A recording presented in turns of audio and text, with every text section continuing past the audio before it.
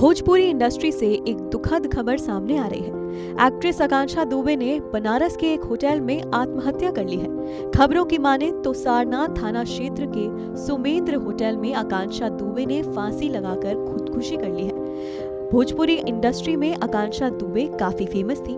सूत्रों की माने तो एक्ट्रेस वाराणसी में एक फिल्म की शूटिंग करने के लिए गई थी, लेकिन रविवार को फांसी से लटकी हुई पाई गई। जबकि इससे पहले शनिवार की रात को एक्ट्रेस ने अपने सोशल मीडिया के इंस्टाग्राम अकाउंट पर एक वीडियो शेयर किया था। वहीं एक्ट्रेस ने पहले भी भोजपुरी की कई बड़ी फिल्मों में काम किया हुआ है। आकांक्षा दुबे ने वीरों के वीर और कसम पैदा करने वाले की 2 जैसी हिट फिल्में भी दी हैं।